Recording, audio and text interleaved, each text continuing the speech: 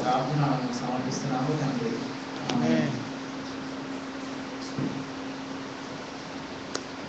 దేవునామానికి స్తోత్రములు. కూడి వచ్చిన మీ అందరికీ మన ప్రభువు అయినటువంటి యేసుక్రీస్తు యొక్క నామంలో నమ్మకం తెలియజేస్తున్నాను. బైబిల్ కలిగిన వారు ప్రతి ఒక్కరూ బైబిల్ విప్పి చూడాలి. జాగ్రత్త కూడా వినాలి. ఎందుకంటే సమయం చాలా విలువైనది కనుక సమయాన్ని పోనీయకుండా దాన్ని ఏం చేసుకోవాలన్నా సద్వినియోగం చేసుకోవాలి, స్వవినియోగపరచుకోవాలి. వెళ్ళిపోయిన సమయం మళ్ళీ రాదు కనుక వచ్చిన సమయాన్ని మనం దేవుని వాక్యానికి మనము చోటివ్వాలి. కనుక మనం ఇప్పుడు నేర్చుకోబోయే అంశము, వినబోయే మాటలు, దాని గురించి మనం ఆలోచిస్తే ఇక ముందుకెళ్దాం. అపోస్తలుల కార్యములు 2వ అధ్యాయము 42వ వచనం అండి. తీసిన వాళ్ళు చదవండి. అపోస్తలుల కార్యములు 2వ అధ్యాయము 42వ వచనము. అపోస్తలుల కార్యములు 2వ అధ్యాయము 42వ వచనము. వీరు అపోస్తలుల బోధయందును సహవాసమందును రొట్టె విరుచుట యందును ప్రార్థన చేయుట యందును ఎడతెగక యుండిరి. ఎవరు వీరు? అపోస్తలులు. మొదటి శతాబ్దపు క్రైస్తవులు, అపోస్తలులు ఏ విషయంలో ఎడతెగక ఉన్నారు? చదవండి మరోసారి. వీరు అపోస్తలుల బోధయందును సహవాసమందును రొట్టె విరుచుట యందును ప్రార్థన చేయుట యందును ఎడతెగక ఉండిరి. అంటే మొదటి శతాబ్దపు క్రైస్తవులు, అపోస్తలులు ప్రార్థన చేయడంలో కానీ, రొట్టె విరుచడంలో కానీ, సహవాసమందుని కానీ ఎడతెగక ఉండిరి. ఈ మూడిట్లలో మనం ఈరోజు ఒక దాని గురించి వినబోతున్నాం. అదే ప్రార్థన గురించి. దేవుడు క్రైస్తవులకు ప్రార్థన చేయమని చెప్పుతున్నట్టుగా అర్థమవుతుంది ఈ వచనంలో. ప్రార్థన అనేది క్రైస్తవ యొక్క జీవితంలో ఒక భాగమని అర్థమవుతుంది ఈ వచనం బట్టి. అయితే దేవుడు క్రైస్తవులకు ప్రార్థన చేయమని చెప్పాడు. దేవుడు క్రైస్తవులకు ప్రార్థన చేయమని చెప్పిన దేవుడు, మరి ఎవరు ప్రార్థన చేసిన దేవుడు వింటాడా? జాగ్రత్త వినాలి. ఈరోజు మనం నేర్చుకునే అంశం ఏమిటంటే, దేవుడు ఎవరి ప్రార్థన ఆలకిస్తాడు. క్రైస్తవులకు దేవుడు ప్రార్థన చేయమని చెప్పాడు. ప్రార్థన విషయంలో ఎడతెగక ఉండమని చెప్పాడు. మరి అదే దేవుడు చెబుతున్నాడు, ఎవరు ప్రార్థన చేసినా దేవుడు వింటాడా? అందరూ ప్రార్థన చేస్తే దేవుడు ఆలకిస్తాడా? మన మనవులన్నీ దేవునికి చెబితే దేవుడు ఆలకిస్తాడా లేదా అనే దాని గురించి మనం ఈరోజు ఆలోచిద్దాం. యోహాను సువార్త 9వ అధ్యాయము 31వ వచనం అండి. యోహాను సువార్త 9వ అధ్యాయము 31వ వచనము.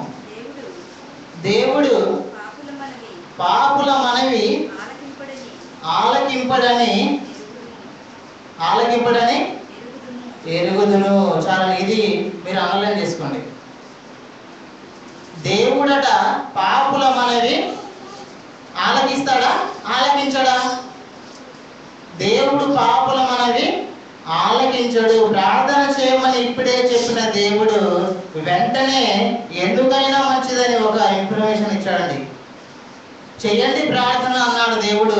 నా దగ్గర నుండి ఒక ఇన్ఫర్మేషన్ మీకు ఇస్తాను, అదే నేను పాపుల మనవి ఆలకించను. అంటే దేవుడు ఎవరి ప్రార్థన వినడు ఇక్కడ చెప్పేశాడు. దేవుడు ఎవరి ప్రార్థన వినడో వింటాడు అనే దాని గురించి ఇక్కడ చెప్పేశాడు. దేవుడు ఎవరి ప్రార్థన వింటాడు అన్నాడు? ఎవరి ప్రార్థన వినడు అని చెప్పాడు దేవుడు. అంటే దీన్ని బట్టి ఏమర్థమైందంటే పాపులు కూడా ప్రార్థన చేస్తారా చేయరా? చేస్తారు అని. పాపుల మనవి ఆయన ఆలకించాడు అని దేవుడు ఖచ్చితంగా బలచరిచి చెబుతున్నారంటే పాపులు కూడా ప్రార్థన చేస్తారు అని. ప్రార్థన చేసే వారిలో కూడా ఎవరు ఉంటారంట? పాపులు కూడా ఉంటారు. ఆ పాపులు చేసే ప్రార్థనను నేను మాత్రము ఆలకించను అని దేవుడు చెప్తున్నాడు. పాపుల మనవి వినను అని చెప్పిన దేవుడు మరి ఎవరు ప్రార్థన వింటాడో అనే దాని గురించి కూడా మనము ఆలోచించాలి. ఎందుకంటే క్రైస్తవులందరూ ప్రార్థన చేయడంలో ఎడతెగక ఉంటారండి. మరి మనం చేసే ప్రార్థన, క్రైస్తవంగా పేరు పొందిన మనం చేసే ప్రార్థన దేవుడు ఆలకిస్తాడంటే ఆ దేవుడేమో పాపులు మనల్ని ఆలకించడు అని దేవుడు చెప్తున్నాడు. మరి ఎవరు పాపులు? మరి ఎవరి ప్రార్థన దేవుడు ఆలకిస్తాడు? అదే యోహాను సువార్త 9వ అధ్యాయం 31వ వచనం మరి చదవండి. 9:31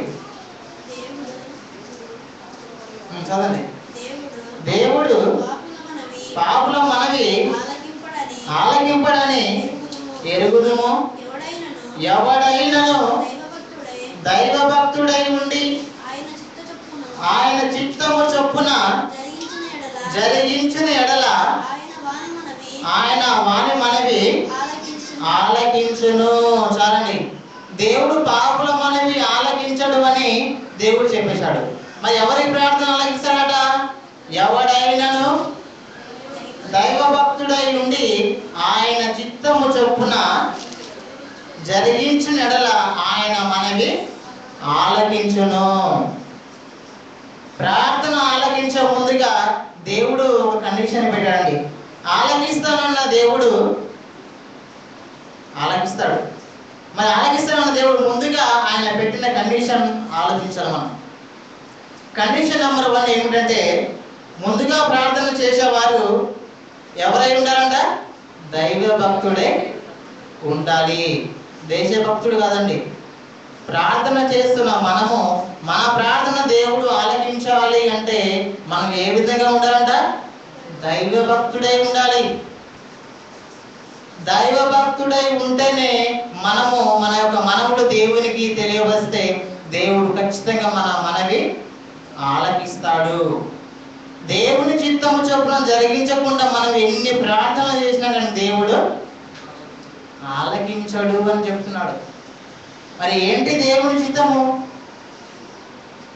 ఏంటి దేవుని చిత్తము? ఎవరు దైవ భక్తుడు?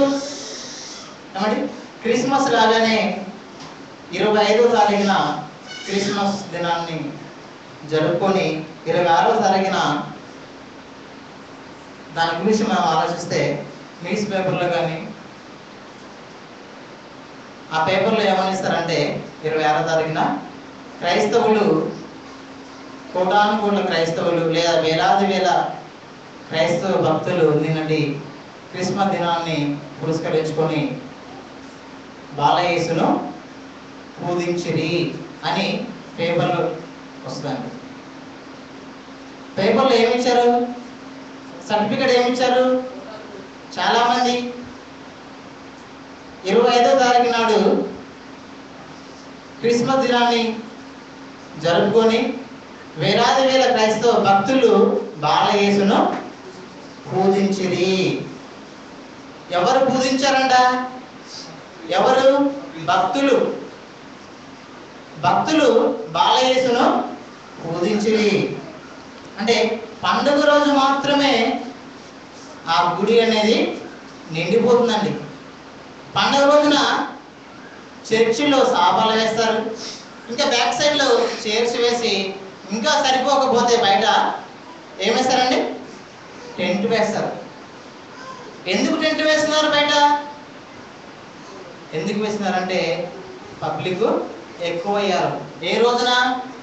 25వ తారీఖు నాడు ఎక్కువైపోయారు. అంటే ఆ సంవత్సరంలో ఆ రోజు రాని భక్తులు ఏ రోజు రాని భక్తులు అదే రోజున వస్తున్నారు. కారణము ఎవరు? వారు భక్తులు. ఏ భక్తులు? ఏ భక్తులండి? దైవ భక్తుడా, పండుగ భక్తుడా? ఏ భక్తులు వీళ్ళంతా? పండుగ భక్తులు. అదే ఈ పండుగ భక్తులందరూ వచ్చి ఏం చేస్తారు? చర్చికి వచ్చి ఏం చేస్తారండి? ప్రార్థన చేస్తారు. పండుగ భక్తులందరూ వచ్చి చర్చిలో కూర్చొని ఏం చేస్తారు? ప్రార్థన చేస్తారు. మరి ఈ భక్తులు చేసే ప్రార్థనను దేవుడు ఆలకిస్తాడా? ఎవరి ప్రార్థన దేవుడు ఆలకిస్తాడు?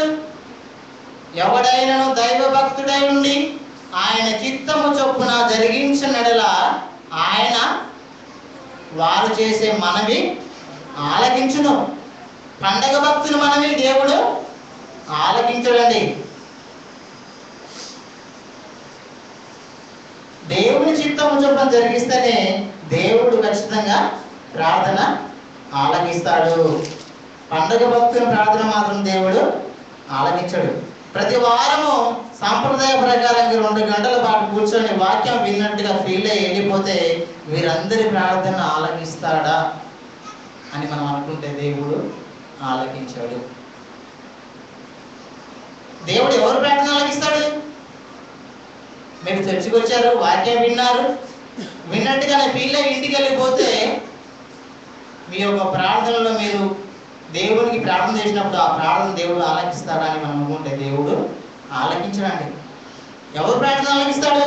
ఆయన చిత్తము చొప్పున జరిగిస్తేనే దేవుడు ఖచ్చితంగా ఆయన మనవిని ఆలకిస్తాడు. మరి ఎవరు దైవ భక్తుడు? దేవుణ్ణి అడుగుదామండి. ఎవరు దైవ భక్తుడు? ప్రభు మరి మాకేమో దైవ భక్తుడు ఎవరు అర్థం కావట్లేదు. న్యూస్ పేపర్లో ఏమో పండుగ రోజు దినాన్ని క్రిస్మస్ రోజున బాలయేసును పూజించి కోటాను క్రైస్తవులని సర్టిఫికెట్ వారికి ఇచ్చింది. మరి బైబిల్ ఏ విధంగా చెప్తుందో అనే దాని గురించి మనం ఆలోచిస్తే, అదే దేవుడిని మనం అడిగితే దేవుడు చెప్తున్నాడు. అదే యోహాను సువార్త 9:31 మరొకసారి చదవండి. 9:31 చదవాలి. యోహాను సువార్త. దేవుడు పాపుల మనవి ఆలకింపడని ఎరుగుదము. ఎవడైనను దైవ భక్తుడై ఉండి ఆయన చిత్తము చొప్పున జరిగించిన ఎడల ఆయన వాని మనవి ఆలకించును. మీరు ప్రార్థన చేసేటప్పుడు మీ ప్రార్థన దేవుడు ఆలకించాలంటే ఎలా ఉండాలి? మనము ఆయన చిత్తము చొప్పున జరిగించే వారిగా ఉండాలి. దైవ భక్తునికి నిర్వచనము పక్కనే ఉందండి, పక్కనే ఉంది. దైవభక్తునికి నిర్వచనము అదే వచనంలో అక్కడే దాగి ఉంది. ఏమిటి? ఆయన చిత్తము చొప్పున జరిగిస్తే అప్పుడు ఆయన మనవి ఆలకించును. ఏంటి ఆయన చిత్తము? దేవునికంటూ ఒక చిత్తము ఉందని, ఆ చిత్తము తాను నెరవేర్చాలని, అలా నెరవేర్చిన వారే నిజమైన భక్తులు అని. ఏమండి? దేవునికి ఇష్టం ఉంది. ఏమిటి ఆ ఇష్టము? దేవునికంటే ఒక చిత్తం ఉన్నది, దేవునికంటే ఒక ప్రణాళిక ఉంది, దేవునికంటే ఒక కోరిక ఉన్నది. మన దేవునికి ఉన్న ఇష్టం ఏమిటో ఇక్కడ కూర్చున్న వాళ్ళకి అందరికీ తెలుసు. దేవుని చిత్తాన్ని తెలుసుకోకుండా ఎడతెగగా ప్రార్థన చేస్తే ఆయన మనవి ఆలకించడు. ఆయన చిత్తాన్ని జరిగించిన ఎడల అప్పుడు దేవుడు మనవిని ఆలకిస్తాడు. ఏంటి మరి దేవుని చిత్తము అంటే? 99 నీతిమంతులు రక్షింపబడిన వారి కంటే ఒక పాపి మారు మనసు పొందుటలో ఆయన ఇష్టము దాగి ఉంది. ఆయన సంతోషం అందులో ఉంది. మీరు మాత్రమే రక్షింపబడతారా? ఇంకా వేరే వాళ్ళని తీసుకురారా? వేరే వాళ్ళకి వాక్యాన్ని చెప్పి మీరు నా దగ్గరికి ఎవరైతే తీసుకుని వస్తారో దాంట్లో ఉంది నా ఆనందం అన్నాడు దేవుడు. ఆ పని చేయాలి మనము.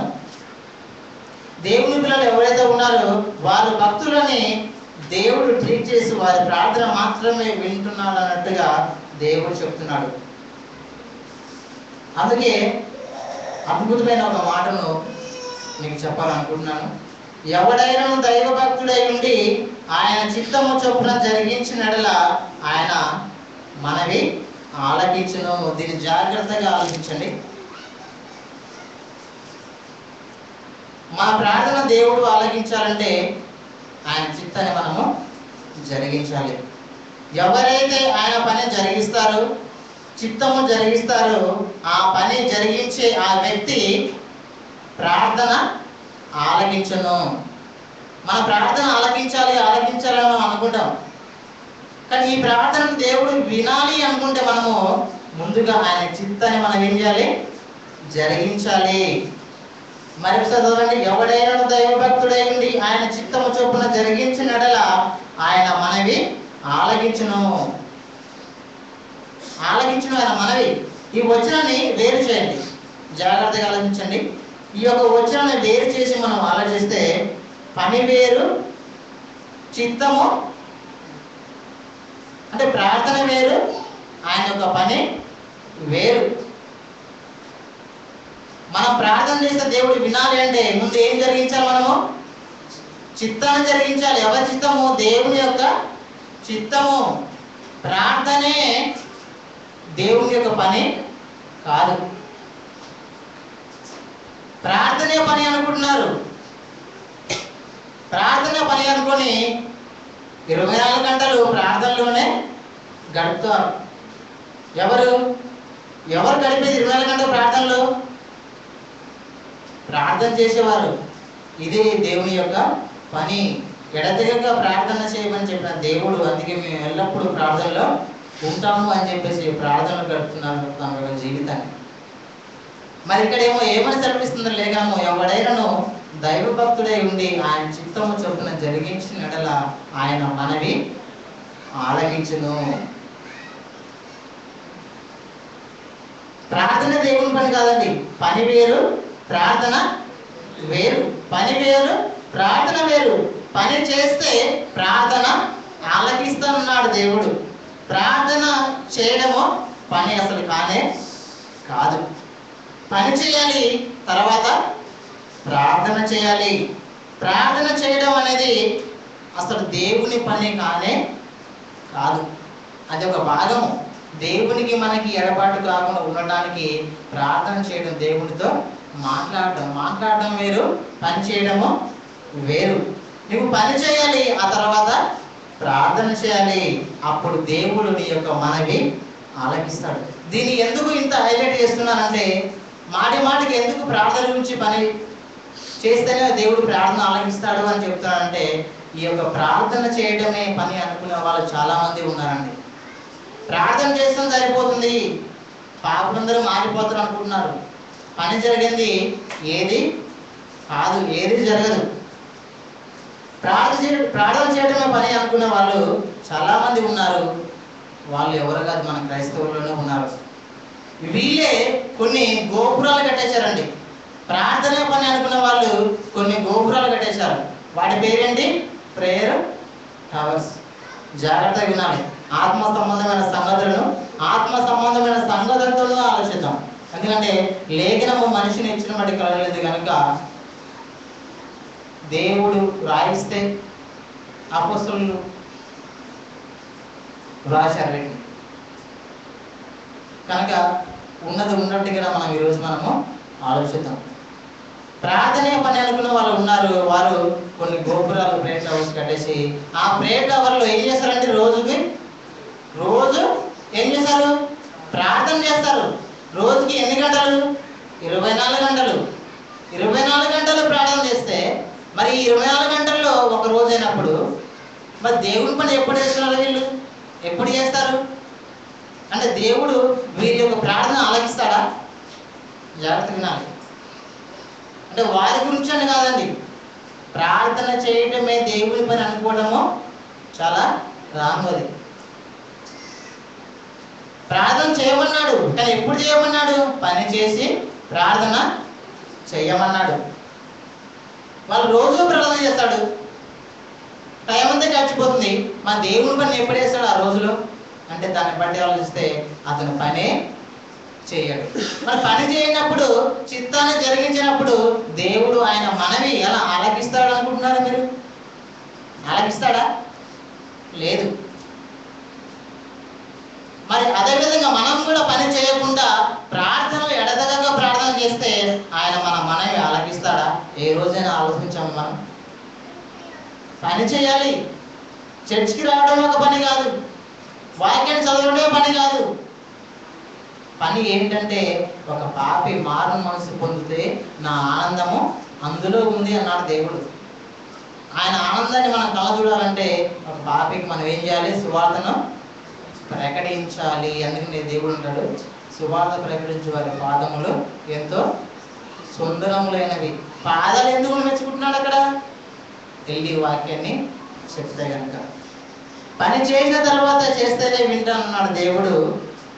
రోజుకి 24 గంటలు ప్రార్థనలు ఉంటే పని జరిగించలేరు వారు. కనుక వారు ప్రార్థన చేస్తే 24 గంటలు ప్రార్థన చేస్తే అసలు దేవుడు ప్రార్థన వినడని ఖచ్చితంగా చెప్పేశాడు. వీళ్ళు ప్రార్థన చేయడమే కాకుండా మీ ప్రార్థన అవసరతలు మాకు ఉంటే మాకు చెప్పండి, మీ కొరకు మేము ప్రార్థన చేస్తాము అని అంటారు. వీళ్ళు ప్రార్థన చేయడమే కాదు, మీ యొక్క ప్రార్థన అవసరం ఉంటే మాకు చెప్పండి అని వీళ్ళు చెప్తారు.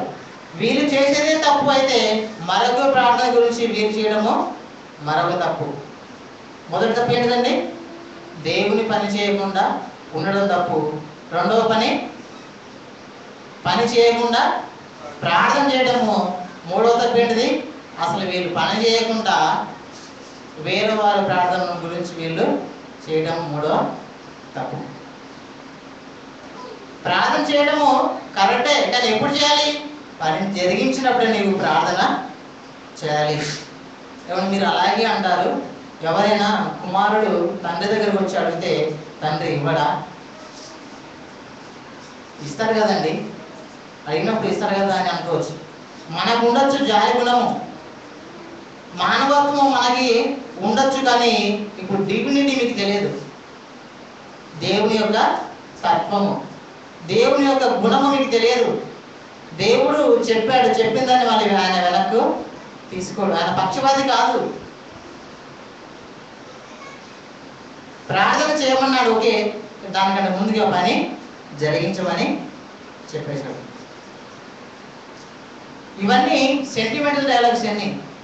మనకు ఉందేమో కానీ మారు మనసు, మనకు ఉండదేమో జాలి గుణం అనేది, కానీ దేవునికి ఉండదండి. దేవుడు ఖచ్చితంగా చెప్పేశాడు, చెప్పిందని మనం ఏం చేయాలి? జరిగించాలి.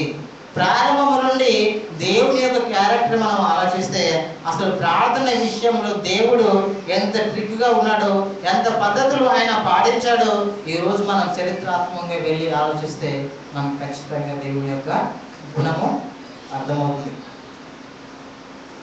ఖచ్చితంగా అర్థమవుతుంది. చూడండి వచ్చినాన్ని దేవుని యొక్క క్యారెక్టర్. దానికంటే ముందుగా మీకు ఒక సందర్భం చెప్తానండి. ఇశ్రాయేలీలను మోషే గారు కానాను దేశాన్ని నడిపిస్తున్న కాలం అది.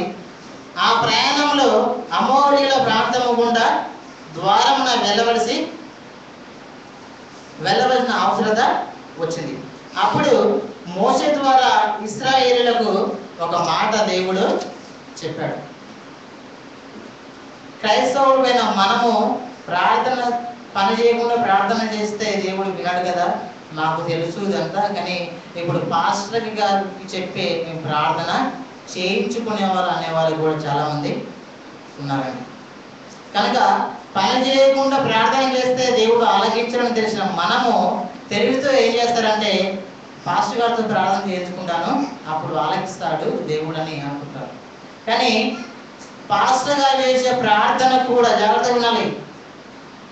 పాస్టర్ గారు చేసే ప్రార్థన కూడా అది దేవునికి అనుకూలంగా లేకపోతే దేవుడు వింటాడండి? దేవునికి అనుకూలంగా లేకపోతే వింటాడా? వినడా? చూద్దాం. అమోరీల మీదికి దేవుడు మోషేకి ఒక మాట చెప్పాడు. ఇశ్రాయేలును కానాను దేశం నడిపించే ముందు ఒక మాట చెప్పాడు. అమోరీల మీదికి యుద్ధానికి వెలుడి, మీరు యుద్ధము చేయండి, నేను మీ పక్షంలో యుద్ధము చేస్తాను, అందులో మీరు గెలుస్తారు, భయపడకూడని దేవుడు చెప్తే మనిషికి తెలివితేటలు ఎక్కువ కనుక దేవుడు ఏది చెప్పినా ప్రభు ఇది కాదు ఇంకొకటి చెప్పుకుంటే బాగుండేది అని అనుకున్నారండి. వాళ్ళు సలహా ఇచ్చారు. సలహా ఇచ్చేవారి క్యారెక్టర్.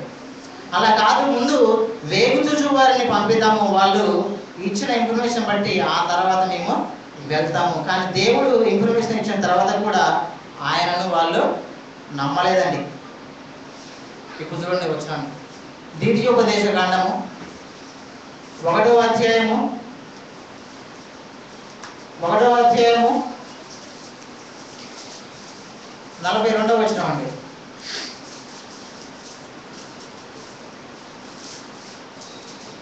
1వ అధ్యాయము 1 చదవండి. యెహోవా నాతో ఇట్లనెను, యుద్ధమునకు పోకుడి,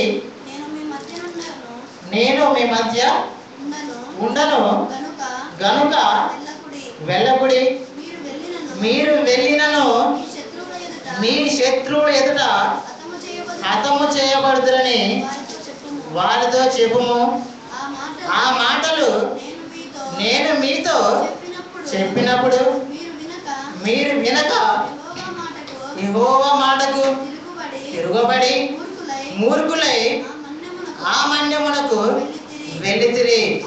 అప్పుడు ఆ మన్యములో నివసించిన అమోరీయుల మీకెదురుగా బయలుదేరి వచ్చి కందిరీగల వలె మిమ్ము తరిమి హోర్మా వరకు శరీరులో మిమ్మును హతము చేసిరి.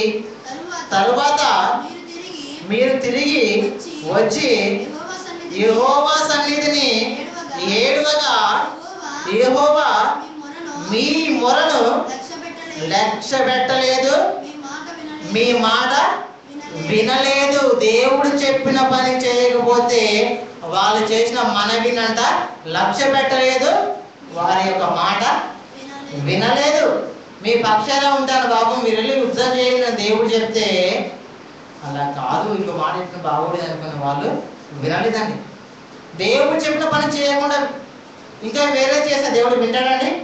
వారి యొక్క మాటను లక్ష్య పెట్టలేదు, వినను లేదు. ఇది డివినిటీ, దేవుని యొక్క తత్వము, దేవుడి గుణం ఇది. ఈ రోజు కాకపోతే రేపు చేస్తారని మనకు ఉండొచ్చు, కానీ దేవునికి అలా కాదండి. మరొక చదవండి 45వ వచనము. తర్వాత మీరు తిరిగి వచ్చి యెహోవా సన్నిధిని ఏడవగా, యెహోవా సన్నిధిని ఏం చేశారంట?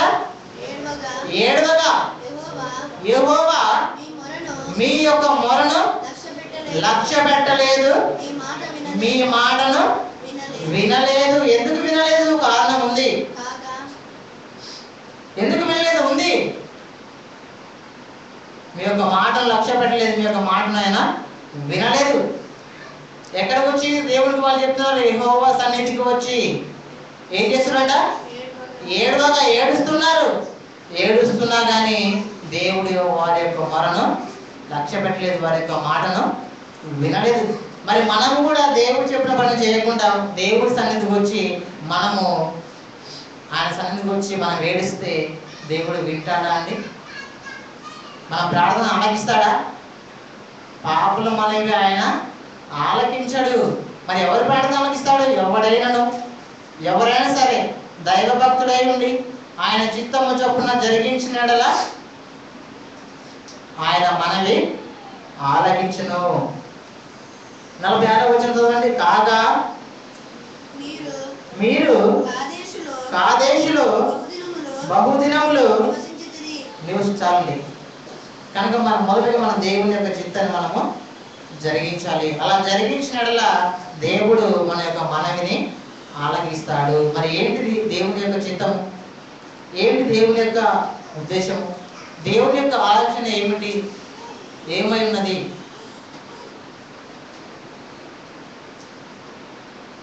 నేను చెప్పిన మాటల ప్రకారం మీరు చేయక ప్రభువా ప్రభువా అని పిలుచుట ఎందుకు? దేవుడు చెప్పాడు ఒక పని చేయమని, ఆ పని చేయకుండా ప్రభువా ప్రభువా అని పిలుచుట ఎందుకు? అక్రమం చేయవల్ల మీరు నా దగ్గర నుండి తొలగిపోండి. నేను మీకు పని చెప్పాను, ఆ పనిని మీరు జరిగించట్లేదు. ఎందుకు పిలుస్తున్నారు? నా సన్నిధికి వచ్చి నన్ను ఎందుకు డిస్టర్బ్ చేస్తున్నారు? నేను మీ యొక్క మనవి నేను ఆలకించను. అసలు వినను, ఇంకా చెప్పేశాను అంతే. మరి ఎవరు మనం ఆలకిస్తావయ్యా అంటే దేవుని చిత్తాన్ని జరిగించాలి. దైవ భక్తుడై ఉండాలి, దైవ భక్తుడై ఉండాలి, పండగ భక్తుడు కాదు, దేవుని భక్తుడు. దేవుని భక్తుడు ఎలా ఉంటాడు? ఆయన చిత్తాన్ని జరిగిస్తాడు. మరి ఏంటి ఆయన ఒక చిత్తము? ఏమైనది? మరి కొంచెం చూద్దామండి. అదే ద్వితీయోపదేశకాండము 3వ అధ్యాయము 23వ వచనం అండి. మరియు ఆ కాలమున నేను యెహోవా ప్రభువా నీ మహిమను నీ బహుబలమును నీ దాసునికి కనపరచ మొదలుపెట్టి ఉన్నావు. ఆకాశమందే గాని భూమి అందే గాని నీవు చేయు క్రియలను చేయగల దేవుడు ఎవడు? నీవు చూపు పరాక్రమము చూపగల దేవుడు ఎవడు? నేను అద్దరికి వెళ్ళి యోర్దాను అవతలున్న ఈ మంచి దేశమును, ఈ మంచి మాన్యమును, ఆ లేబరులను చూచినట్లు దయచేయమని నేను యెహోవాను బ్రతిమాలుకొనగా. చాలండి. ఎవరు బ్రతిమాలుకొంటున్నారు యెహోవాను? మోషే గారు బ్రతిమాలుకొంటున్నాడు. ఏమని అంటే చూడండి 25వ వచనం ఉంది. మరియు ఆ కాలంలో నేను యెహోవా ప్రభువా నీ మహిమను నీ బలమును నీ దాసుని కనబరచు మొదలుపెట్టి ఉన్నావు. ఆకాశం అందే గాని భూమి అందే గాని నీవు చేయు క్రియలను చేయగల దేవుడు ఎవడునో లేడు. నీవు చూపు పరాక్రమమును చూపగల దేవుడు ఎవడునో లేడు. ఇక్కడ మొదటి భాగంలో మోషే గారు దేవుణ్ణి మెచ్చుకున్నట్టుగా అర్థమవుతుంది. నిజంగానే మెచ్చుకున్నాడండి, నటించలేదు, జీవించాడు. మెచ్చుకున్నాడు మోషే గారు దేవుణ్ణి.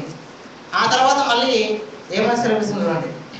నేను అద్దరికి వెళ్ళి యోర్దాను అవతల ఉన్న ఈ మంచి దేశమును, ఈ మంచి మాన్యమును, ఆ లేబాలను చూచినట్లు దయచేయమని నేను యెహోవాను బ్రతిమాలుకొనగా. దేవుణ్ణి మోషే గారు ఏం చేస్తున్నారు? బ్రతిమాలుకొంటున్నాడు. దేన్ని చూడాలని? చూడాలన్నా నివసించాలన్నా? చూచినట్లు దాన్ని చూస్తాను, నాకు కొంచెం చూపించమని యెహోవాను బ్రతిమాలుకొనగా యెహోవా మిమ్మును బట్టి నా మీద కోపపడి నా మనవి, బైబిల్లో నా మొహంలో ఉంది, నా మనవి వినకపోయాను. చాలండి. మోషే గారు చేసిన మనవి ఆయన వినలేదండి.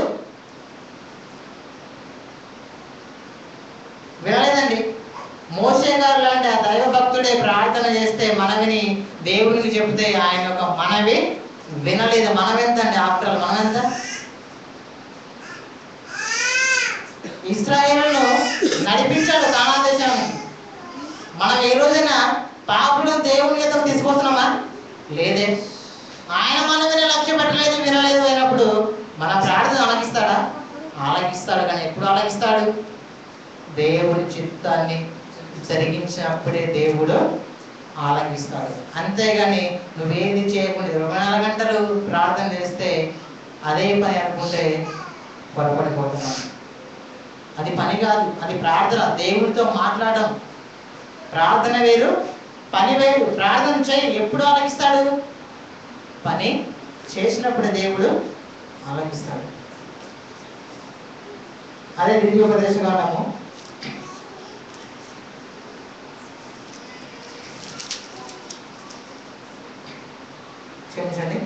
1 యోహాను గారు రాసిన పత్రిక 5వ అధ్యాయము 14వ వచనం అండి. 5వ అధ్యాయము 14వ వచనం.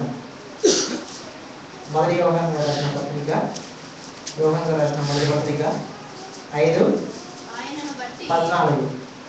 ఆయనను బట్టి మనకు కలిగిన ధైర్యం ఏదనగా ఆయన చిత్తానుసారముగా మనము ఏది అడిగినను ఆయన మన మనవి ఆలకించును. చాలా మీకు దొరికిపోయింది పాయింట్ ఇక్కడ. మన మనవి ఆయన ఆలకించాలంటే ఆయన చిత్తానుసారంగా మనం ఏది అడిగినా ఆయన మనవి ఆలకిస్తాడు. మన మనవి ఆలకించాలి అని మనం అనుకుంటే, మన ప్రార్థన దేవుడు వినాలి అని మనం అనుకుంటే, అలా అనుకున్నప్పుడు ఏం చేయాలంటే దానికంటే ముందుగా ఆయన చిత్తానుసారంగా మనము జరిగించాలి. అప్పుడే దేవుడు మన యొక్క మనవి ఆలకిస్తాడు. యాకోబు పత్రిక 4వ అధ్యాయము 3వ వచనం. యాకోబు రాసిన పత్రిక 4వ అధ్యాయము 3వ వచనం. 4:3 మీరు అడిగినను మీ భోగముల నిమిత్తము వినియోగించుటకై దురుద్దేశముతో అడుగుదురు గనుక మీకేమీ దొరుకుటలేదు. చాలండి. ప్రార్థన చేసేవారు ఎలా ఉన్నారు? పని చేయకుండా మీరు అడిగినను మీ భోగముల నిమిత్తము వినియోగించుటకై దురుద్దేశముతో అడుగుదురు గనుక మీకేమీ దొరకలేదు. దొరకదు అంతే. మీరు అంత పట్టుకున్నాను, అది దొరకదు. మీరు అడగాలనుకుంటున్నారు, ఏ ఉద్దేశంతో? దురుద్దేశంతో అడుగుతున్నారు, అది మీకు దొరకదు. అడుగుడి, మీకు ఇస్తానని చెప్పాడు. ఎప్పుడు? మొదట మీరు ఏం చేయాలంట? ఆయన రాజ్యాన్ని, నీతిని వెతకాలి. అప్పుడే మీకు ఏది అవసరమో అది నాకు తెలుసు, అది మీకు ఇస్తాను. ఆయన పని చేస్తే అడగకపోయిన దేవుడు ఇస్తాడు. నువ్వు అడగడానికి సిద్ధమై అవుతున్నప్పుడు, ఆ పని చేసి అడగడం సిద్ధమవుతున్నప్పుడు దేవుడు ఆల్రెడీ ముందే ఎవరి ద్వారానో ఇచ్చేసాడు. దేవుడు గుణం అది.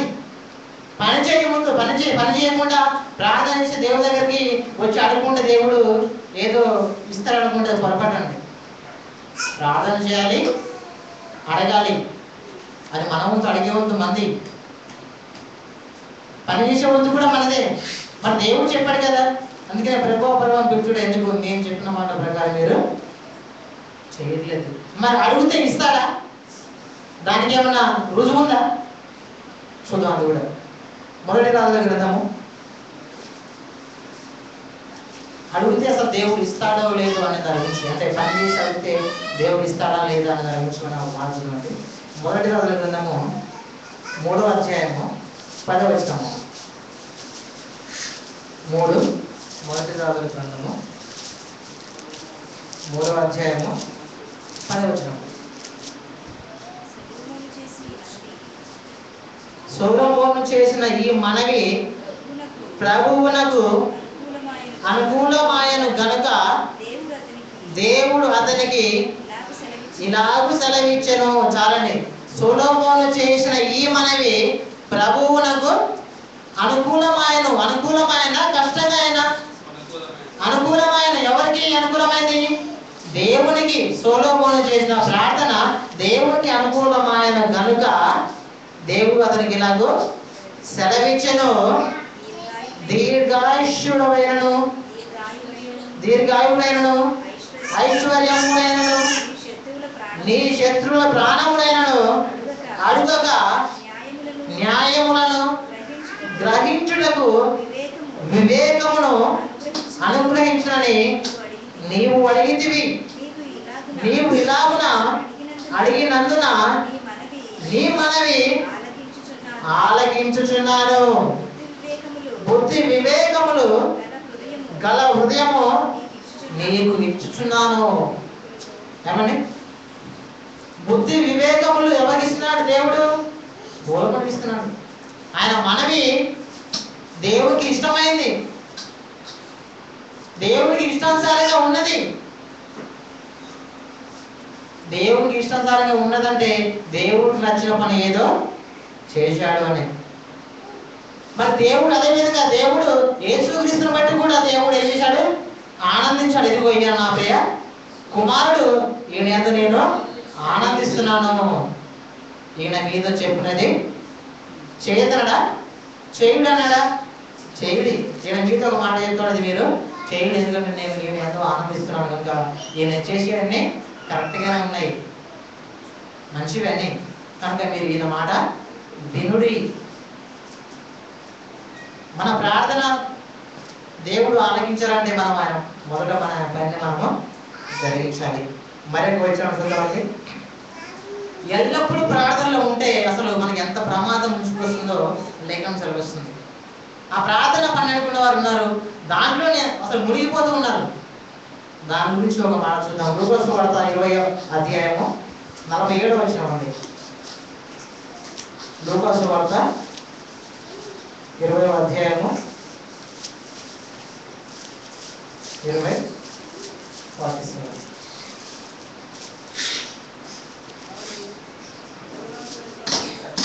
చూడండి. వారు విధవరాళ్ళ ఇళ్లను దిగమింగుచు మాయావేషముగా దీర్ఘ ప్రార్థనలు చేయుదురు. వారు మరి విశేషముగా శిక్ష పొందుదురని తన శిష్యులతో చెప్పెను. శిక్ష పొందుదురు. ఎవరు శిక్ష పొందేది? ఎవరని? దీర్ఘ ప్రార్థనలు చేయువారు. దీర్ఘ ప్రార్థనలు 24 గంటల ప్రార్థనలో ఉండేవారు, ఎల్లప్పుడూ ప్రార్థనలో ఉండేవారు. వాళ్ళు ఏం పొందుతారట? శిక్షణ పొందుతారు. ఏ శిక్ష అది? శిక్షణ పొందుకుంటారు. ఇదే పని అనుకుని దీర్ఘ ప్రార్థనలో ఉండేవారు, ఎల్లప్పుడూ ప్రార్థనలో ఉండేవారు పని చేయకుండా వారు తప్పకుండా శిక్షణ పొందుతారు. కనుక మనం కూడా ఎల్లప్పుడూ ప్రార్థనలో ఉంటే పని చేయకుండా మనం కూడా వేలు పట్టినట్లయితే మనకి పడుతుంది. మరి మనం పరలోకం పోవాలంటే దేవుడు మన మనవి ఆలకించాలి. మన మనవి ఆలకించాలంటే దానికి ముందుకు మనము పని చేయాలి. పని చేయకుండా ప్రార్థనలో ఉంటే ఎల్లప్పుడూ శిక్షకి మనము అర్హులం అవుతాము. లాస్ట్గా ఒక వచనం చూసుకున్నామండి. సామెతల గ్రంథము 28వ అధ్యాయము 9వ వచనం. సామెతల గ్రంథము 28 9వ వచనం అండి.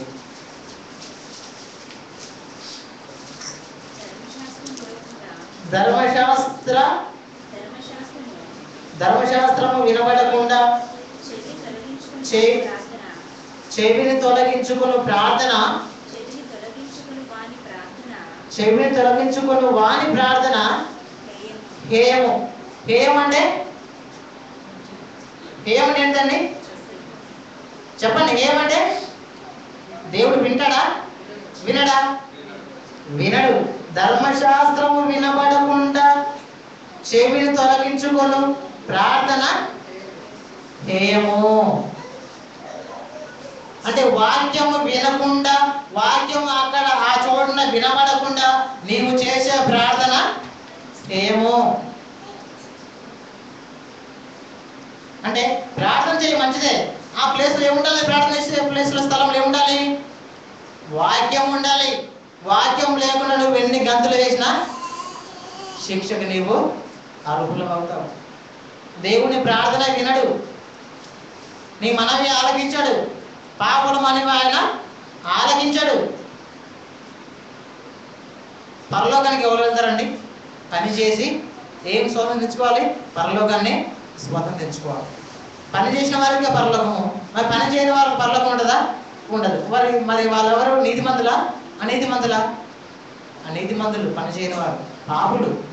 మరి పాపులు మనవి ఆయన ఆలకించాడు. నీ పాపుల్లో నువ్వు పక్క తొలగించాలంటే ప్రార్థన చేస్తున్నావు, బాగానే ఉంది, కానీ ఆ ప్రార్థనలో ఏముండాలంట?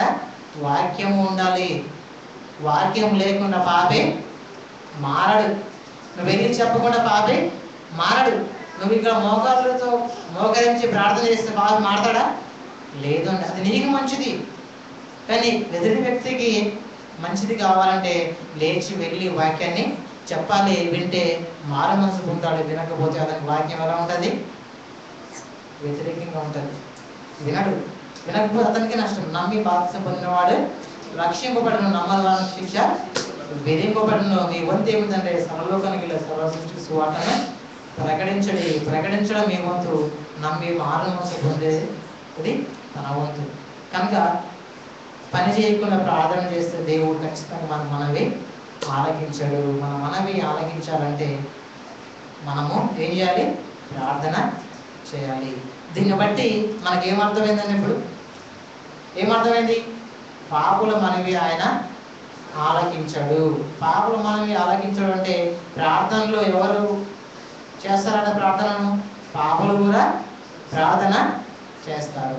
ఆ పాపులు వీళ్ళు వాళ్ళు అని మనం ఎలా చెప్పగలుగుతున్నామంటే పని చేయకుండా ఉండేవారే పాపులు. పని చేయని వారు కూడా ప్రార్థన చేస్తారు అని లేఖనం తెలుస్తుంది. కాబట్టి పని చేయని వారి ప్రార్థన చేస్తే దేవుడు వారి ప్రార్థన దేవుడు ఆలకించాడు.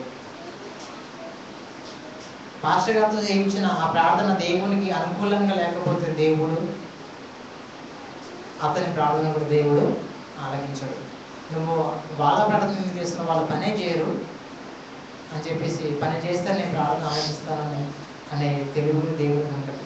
మనకి ఉంటుంది అనుకో పొరపాటు. మనకి మించిన దేవుడు కనుక సర్వసృష్టిని కలిగించిన దేవుడు ఇంకెంత తెలుగుగా ఉండాలి.